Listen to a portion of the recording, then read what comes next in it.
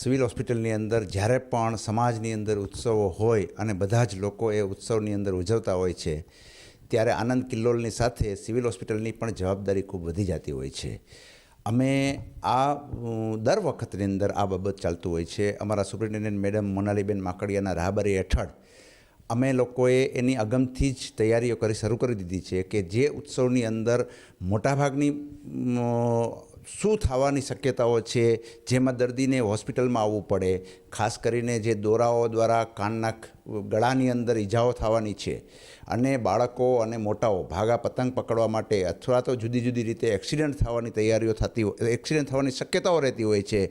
આને ધ્યાનમાં રાખીને સિવિલ હોસ્પિટલ દર વર્ષની જેમ આ વખતે પણ કોઈને પણ કાંઈ દોરા દ્વારા ગળાની અંદર ઈજા થાય કે એક્સિડન્ટ દ્વારા બીજે ક્યાંય પણ લાગવાની ઓલી થાય એ સંજોગોની અંદર સિવિલ હોસ્પિટલની અંદર રોજિંદી જરૂરિયાત કરતાં વિશેષ ડૉક્ટરો, એમાં કાનના ગળાના રેસિડેન્ટ ડૉક્ટરો, એમના કાનના ગળાના સર્જનો, એ જ રીતે ઓર્થોપેડિકના રેસિડેન્ટો અને ઓર્થોપેડિકના સર્જન્સ, આ બધા જ લોકોની એક આખી ટીમ ઇમરજન્સીમાં આ સમયગાળામાં એટલે અંદાજિત લગભગ 24થી 36 કલાક સુધી એ અહીંયા વિશેષ રીતે હાજર રહેવાની છે. એટલે સૌ શાંતિથી સુખમય રીતે ઉત્સવ ઉજવે.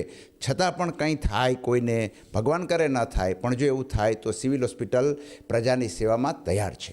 ખાસ કરીને લોકોને શું અપીલ કરશો?